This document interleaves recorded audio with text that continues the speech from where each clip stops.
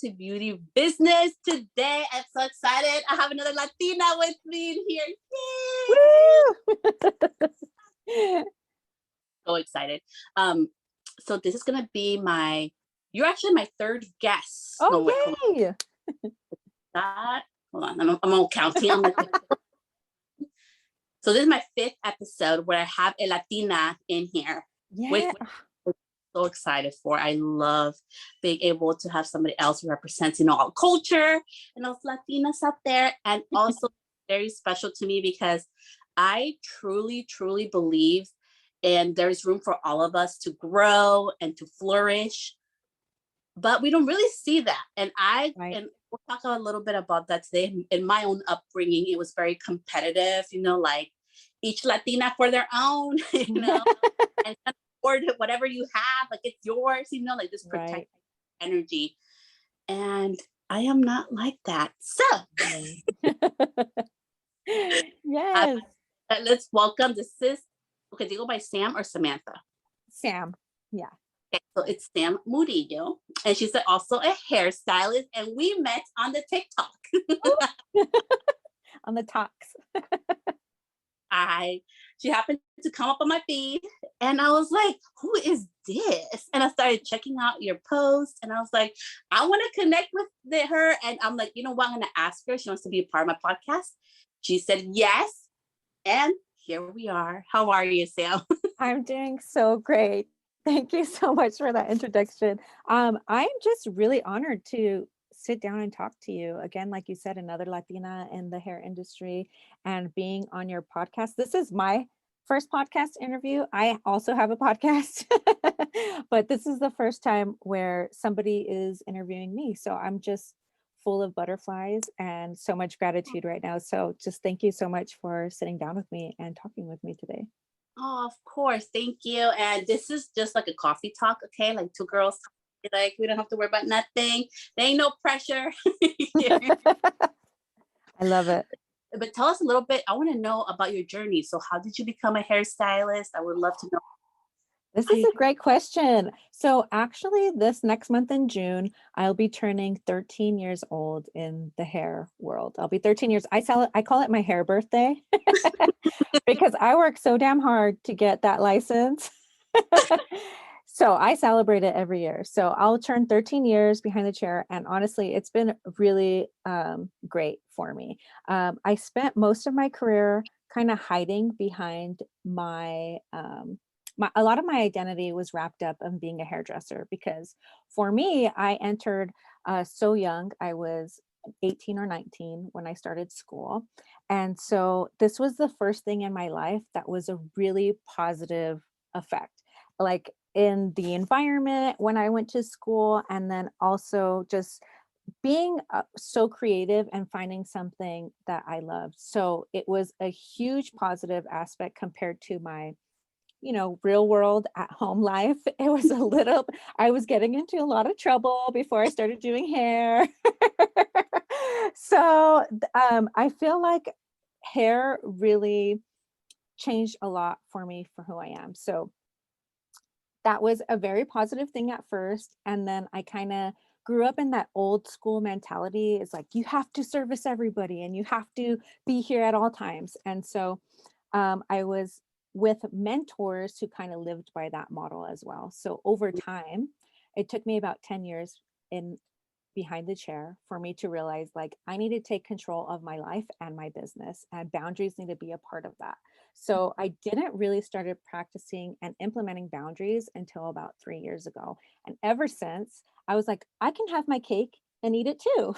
Like, like there can be, I know balance is kind of an iffy word, but I like to use the word alignment. So I'm trying to live more in alignment with both my life and my business and incorporating them together to create a flow.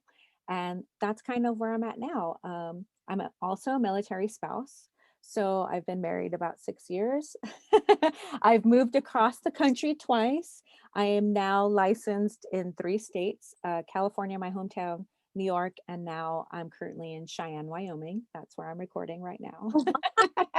Yeah, I'm in Cheyenne, Wyoming right now. And then my business really took a halt when I had my son in the pandemic. So it was 2020. I got pregnant.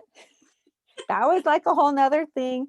And then my career was kind of put on hold a little bit. And now I'm starting, I've been educating most of my career, but now I'm starting to step back behind the chair. So I have a huge passion for sharing with others. It's just something that comes a little bit more naturally to me because I don't know it all and I want to give what I can to others. But that's me in a nutshell. I know that was like a long-winded intro, but that's kind of where we're at right now. I love it. I love how you share like you've always done educating. So how did education part start for you? Like how did you start the whole education realm? So I was fortunate to go to a really good school, Paul Mitchell, the school. I don't necessarily like to name drop, so you're welcome to take that out if you want. But but I had mentors who were there, and I started mentoring right out of school. So I think I was out of school maybe 3 months before I got the opportunity to be a mentor for other students inside of the school that I went to. So that was really special. And then when I was there for a couple years, then I turned into a mentor, into a teacher. And then once I left the school to pursue my own thing behind the chair, I never really stopped educating. And it was just more of sharing with my local peers, with my local hairstylists. And then it kind of transformed on its own. And so now I show up and teach, well, now on TikTok Yeah. and on the podcast. And I am in the works of creating some online classes so that way I can share with the stylists that I've connected with in the other states that I have been licensed in. I you're getting all your experience and sharing it with everybody else. I love that. Yes. Yes. So how was it like, so you decided to take a halt, right? Like when you had your baby, you wanted to really focus on that and you stopped working behind the chair. How long did you stop working behind the chair, and how has um, it been back? So I stopped, well, everybody was put on hold, I think, in 2020. And that's when I was pregnant. So like nobody could work. So I was working behind the chair as much as I could while I was pregnant. Um, but this was also a time, my son was born in August. He had a very traumatic entrance into this world, one that we weren't expecting. So he was actually in the hospital for a month after he was born. So that was like September. And then we as a family were moving the following April. So that gave me roughly like 7 months. And I knew because I'm going to have a newborn baby. And we had trouble conceiving too. So I'm also an IVF warrior. So I knew that 7 months between my son being born and us moving again to another location because of the military, I knew I didn't want to be behind the chair for those 7 months. I didn't know what that looked like after once we got settled here in Cheyenne. But I knew I wanted that one-on-one time with my son because of all of the challenges that we had before. So that was kind of an easy decision. I did keep like one or two extension clients that came, just for me to keep my hands dirty, I guess. Yeah, I was like, you can take the hair out the girl, but you can't take the hairdresser out the girl. So like, I couldn't be gone for long. I was like, I need something for me. You know how it is as a mom. It's Huh. like, I love my son and I love my husband, but I need something for me. Yeah, it's so important too, because you can kind of get lost in it. Like I have 3 kids. I have a Okay. 14, an 8, and a 2-year-old that's about to turn 3. Wow. Um, and I think it's so different with each of your child. And I never judge. Like for me, I went back to work 3 weeks after I had my last one, I praise you. but it was my third kid, and like it's different. Like you say, it's so different with each of my kids has been different, and we're all in different circumstances of some total different circumstance at that Right. time now. So yeah, I'm like, we each have to, in motherhood, you just have to do what works best for you. And motherhood, especially motherhood and business, I feel like it changes from like week to week, day to day. Like you just have to go with the flow and not put too many expectations on myself. And that's something that I had to learn along the way too. It's like, it shouldn't look like anything. And when we set up these expectations, that's when we really set up ourselves for failure. It's like, what works for us right now in this moment? And then just go with that. So it was really easy for me to say no initially when my son was born. Like, I don't want to do hair right now. Like, let's move, let's get to this new state, let's figure out what it's about over there, and then we'll figure it out as we go. And then once we got to Cheyenne, it's been about a year since we've been here. Then we're like getting settled and cozy. And part of being in the military is like, surprise, your husband's getting deployed. So, and we had like 2 weeks notice. And then it's that ebb and flow that we're talking about. It's like, me and my son decided to go back to California, our hometown, to be with family while my husband was away for 6 months. So we weren't alone. So there wasn't really, I could have done more hair in California because that's where I'm from, but I feel like I was also in survival mode. It's like, I'm just trying to be a decent mom. I'm trying to figure out how to live without my husband during this time. And like, I'm only talking to him for like 15 minutes a day. And it was really hard. So my mental health while my husband was deployed was my main priority because I had such a difficult time. A lot more difficult than I ever expected. Like, raising a kid on your own is not fun. So I did not have a good time. I'm not even gonna lie. So yeah, now that my husband is back though, now Yeah. like this has just been in the process of like maybe the last week or two where it's like, I told my husband there's something missing. Like, I keep showing up, I keep teaching, and it's serving me, but I don't feel fulfilled, and I need something else. And we kept, every time we would have conversations together, it kept coming up like, I just need to do hair, I need to physically touch hair, I need to talk to another human being who is not my son and not my husband. Okay, like I need to have a conversation with another human being. I need to get out of the house. I need, um, so I made this decision like maybe a week or two ago where it was like, this is what we're going to do. I need to get back behind the chair. And with that comes a lot of family, I wouldn't say challenges, but difficult discussions because I'm not in a place right now in Cheyenne where I know a lot of people. So I'm not willing to put my son in daycare. So that really limits me on my time that I can be behind the chair. But even with that limitation, I know I just need a little taste to get my groove back. You know what I mean though? Like, I was like, I don't care. Just so right now it's for our family, what works or what we committed to is 1 day a week I'll be behind the chair. And I am letting that be enough. Because I think we get trapped up in seeing other people working, 3 to 5 business days. And I wish I could do that. But right now, that doesn't work for me and my family. And that's okay. And my story and my experience is just mine. And I'm really trying really hard to honor that. Like, it's okay that I'm just working 1 day behind the chair. This is fulfilling for me right now. You know what I mean? So I love that, Sam. And I really first I want to say thank you to your husband for his service. I know in my heart, honestly, like so felt hearing your story of everything that you also sacrificed as well. So thank you. thank Uh, you. I appreciate that so much. yeah. And I just love what you're saying that it has to be enough for you. Like you are choosing this for yourself.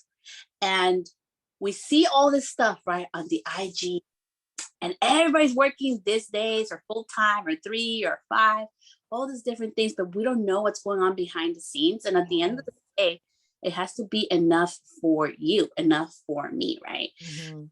For me right now. So we're actually going to be moving in 8 months. Oh, wow. Where are I, you moving to? I'm moving a little bit more Northern California. I know, right? Yeah, More, like, girl, just go to Portland already. I know I'm already, but I can't. But yeah, so we're gonna be moving up north. So even for me right now, I'm just like, and I'm in a situation right now where I'm like, I'm not really trusting of babysitters. So I'm just like, Same. I'm like, you know what? Like my kids are gonna have to take like the real like priority. And it has been the past 2 years for me. Okay. Yeah. First, like you said, it was really hard. Like keeping it real, Yeah. it was really, really hard because I was like, oh my gosh, like how am I supposed to like grow and create all this content? And I see, my friends, because I have also, like you say, friends in the industry, and I love Right. them. Happy for them. Hey, Celeste, come to this class or come to this event. And it's like, I can't do that right now because right now my focus is my kids and what's going to happen to my career, like, Right.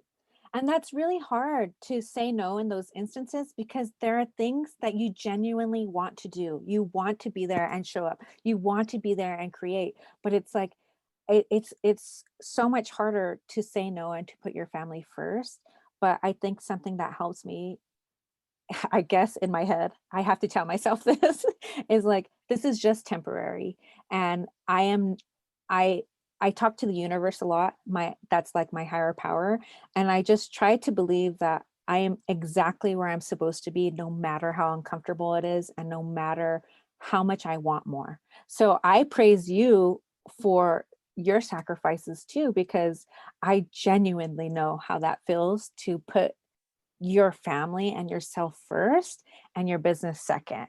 And I feel a little bit harder. I mean, this is our first time like meeting in person, but in my upbringing from Latina to Latina, I had to work for everything that I have.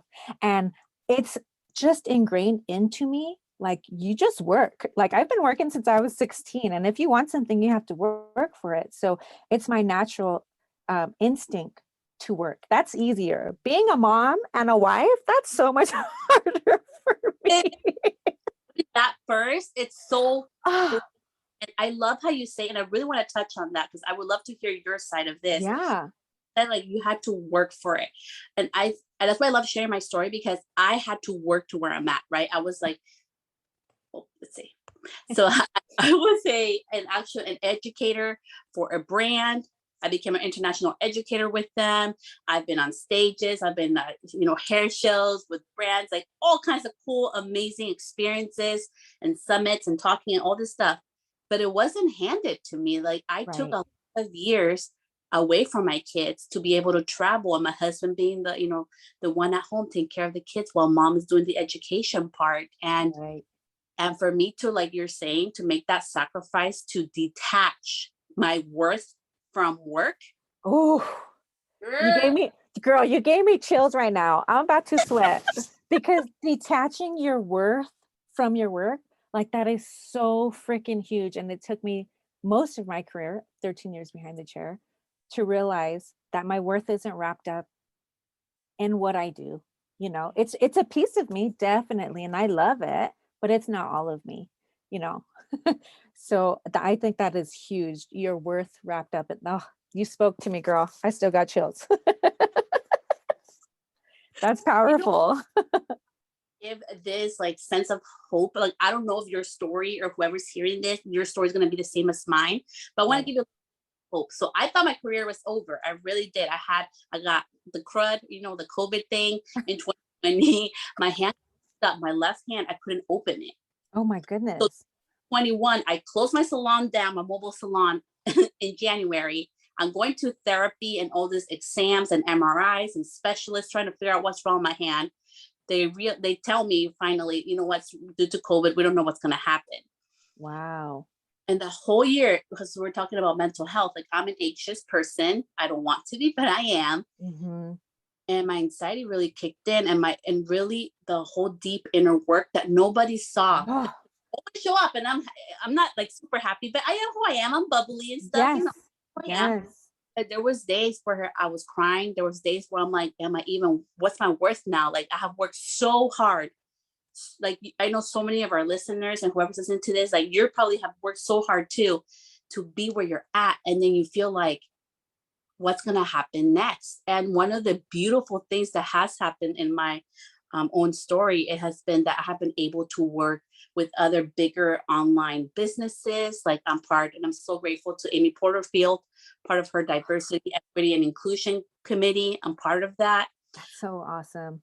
I've been able to do online summits for education, and other opportunities opened up, but sometimes, and I know it's hard when you're going through it, like in Yeah. life and business, and you're like, oh my gosh, but this doesn't look like anybody else. I don't see anybody else in my shoes.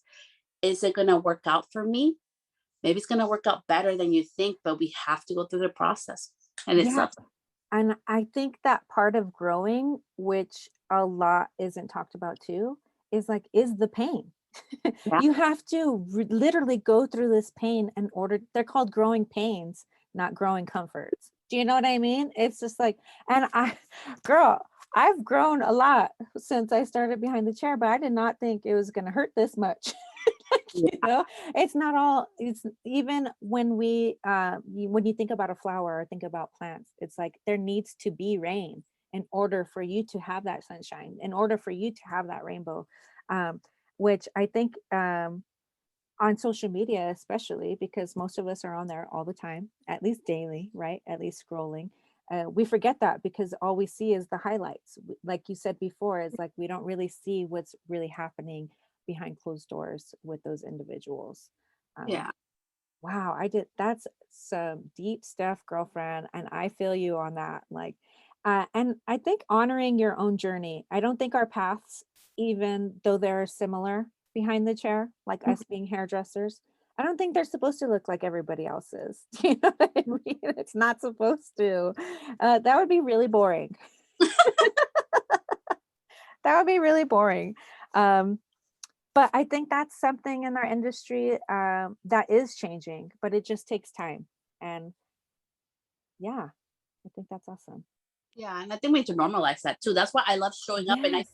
think like I did a whole experiment for a whole 2 years. I told nobody about it. I'm actually going to post about it this week, where Oh, I showed without makeup and without getting my hair done or anything, because I wanted to see, because, even as beauty professionals, we have to look a certain way, right? yes. Yes. Love with the whole crown act, we're starting to be, more understanding that, hey, like, it's our hair textures, there's different textures, we're still beautiful. And there's still this whole stigma that, because I've heard it, I've taken classes, people are like, well, you need to look a certain way and dress a certain way so people take you seriously. And I got so tired of hearing that. I'm like, I'm going to do your experiment. We're in the pandemic, and if it fails, I'm going to bail. Yes, it's gonna be all right because nobody's working right now anyway.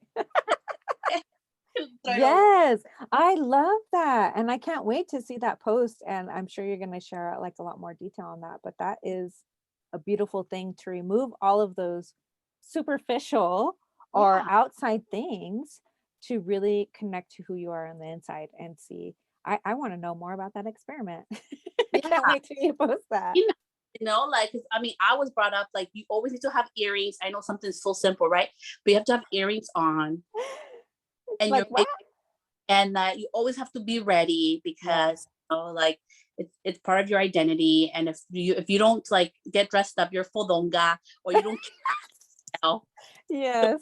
self love, and all these stigmas that we have to break on top of being in the beauty industry, where we see all this like beauty and different things of what we should be, and Right. breaking barriers within ourselves. Like, it's a journey too. It is such a journey. And I think it starts with people like you making the example. So I want to clap for you on that, girlfriend, Oh, because without your example, people are still going to be doing the same old damn thing, you know? So I appreciate that. I want to know more about that. thank you. Yeah, but no, I really have resonated a lot with your story about both of us being mothers, and we chose our own path. And I just think it's such a beautiful example to everybody that you get to choose your own path. It doesn't have to be the same like everybody's. Yes. It's not even about choosing. I feel like it's choosing to accept your own path that you get to create. Do you know what I mean? It's like not following somebody else's path because you think that's the right one. You need to really honor yourself and your families and where you're currently at, not for where you used to be and not for where you think you should be, because that's going to happen all on its own. That's what I think anyway. So true. I love that. I love that. Yeah. So tell me, so what are you thinking now with relocating and everything? What are you doing now to grow your business as you're relocating? And this girl right here is about to relocate, because I'm like, Do I tell everybody? Do I not? I'm like, I'm gonna start tagging, I know, the city and locally and, networking. I'm like, but what do I do? And it's a small town. I mean, I'm going from like this huge county, it's wine country and all this beautiful stuff, like the middle of freaking nowhere. Yes. Oh, I have restarted my business many, many times. And one thing I can say about relocating, because it's not new to me, Yeah. when I moved to upstate New York, whenever I would tell people that, like, oh, I'm moving to New York or I live in New York, they're like, oh my God, it's so popular. It's like, no, girl, I'm in Amish country. There are horse and buggies on the street. Okay. Like this is not a place where you can quote unquote grow. Okay. But if I can make it in Amish country, girl, you're gonna do so great in wine country. Okay.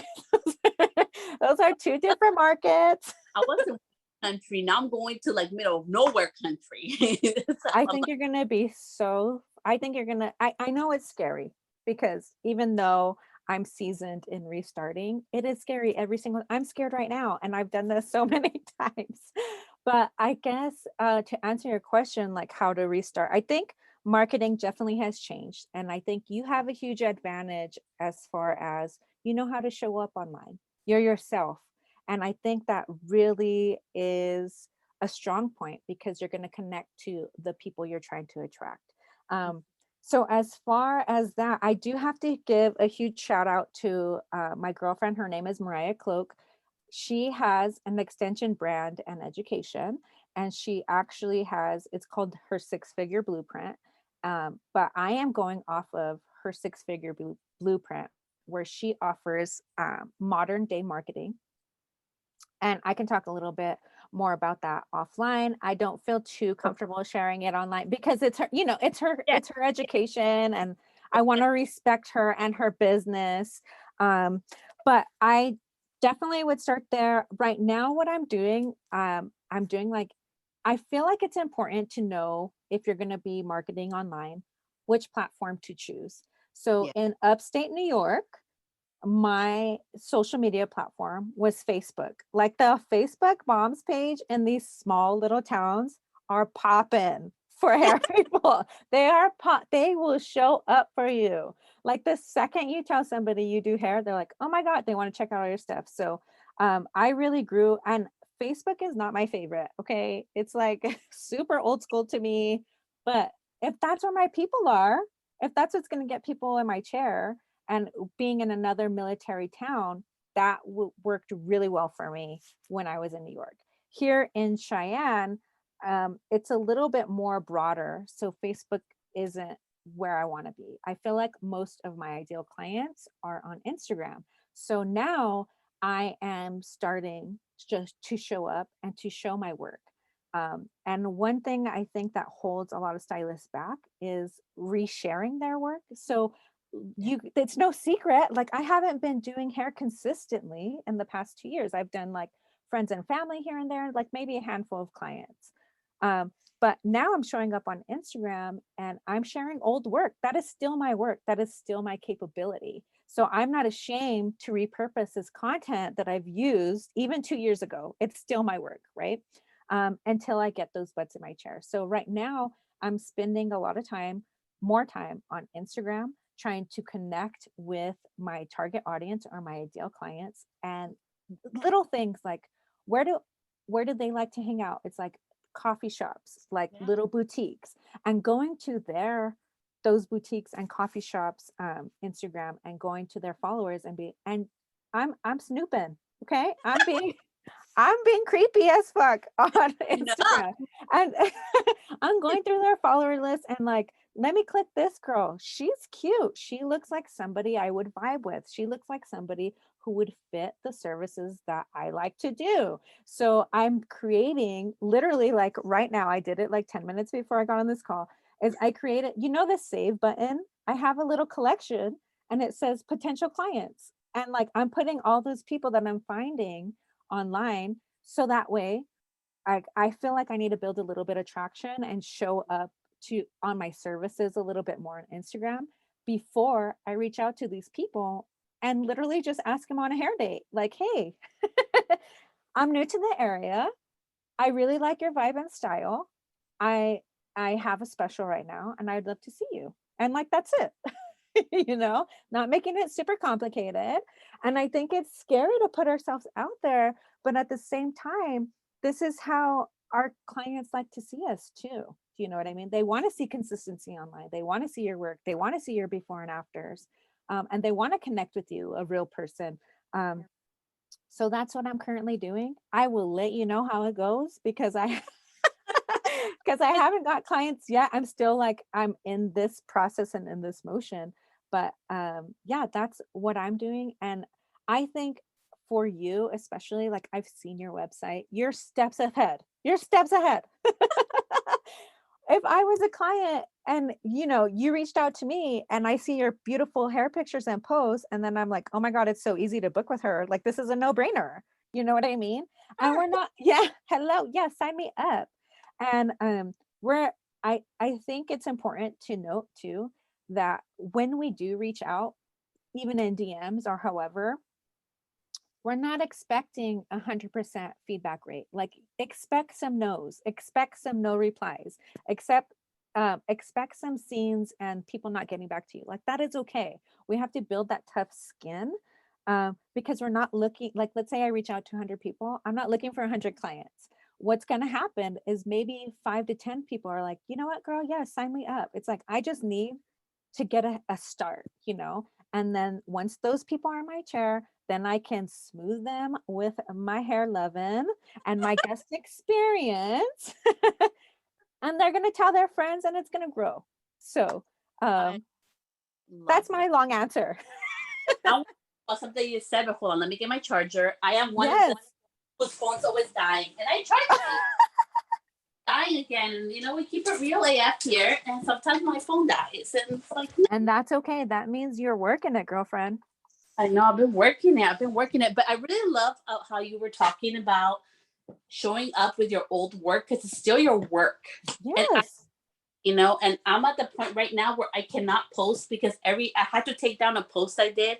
Well, I just took it off my feed. It's still there for hairstylists to look at it.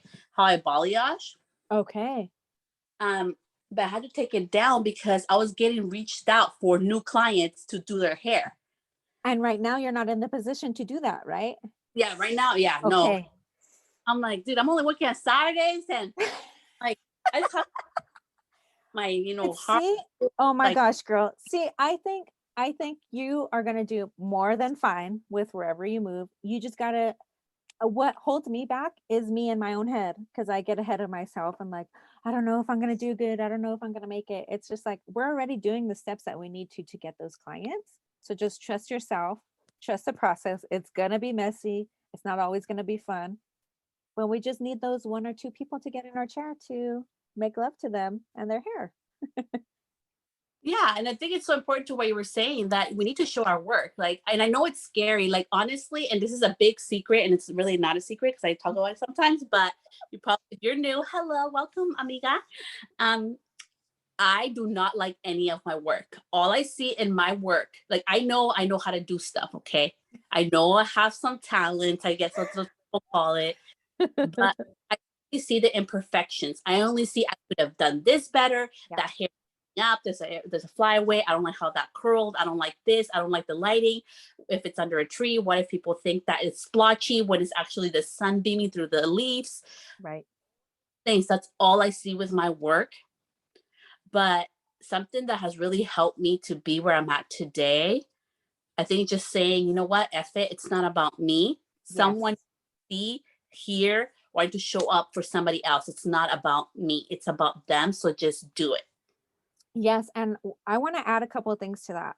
I Yes. think as artists, we have so much love and passion for what we do that we are our own biggest critics behind the chair.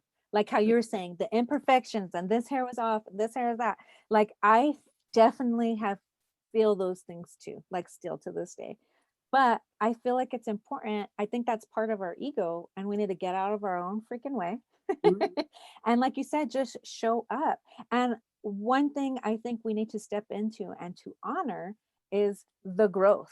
And we can't like we need to post those pictures that are imperfect, So that way, as we continue to post, we can see like a month ago, like, hey, remember that 2 hairs that were out of place? Like now they're perfect and polished over here. It's like we need to allow ourselves that time and not hold back. Because I I can say for myself, and I know other stylists who are listening, like open your phone right now and tell me in your photos how many damn hair pictures you have, but you haven't posted.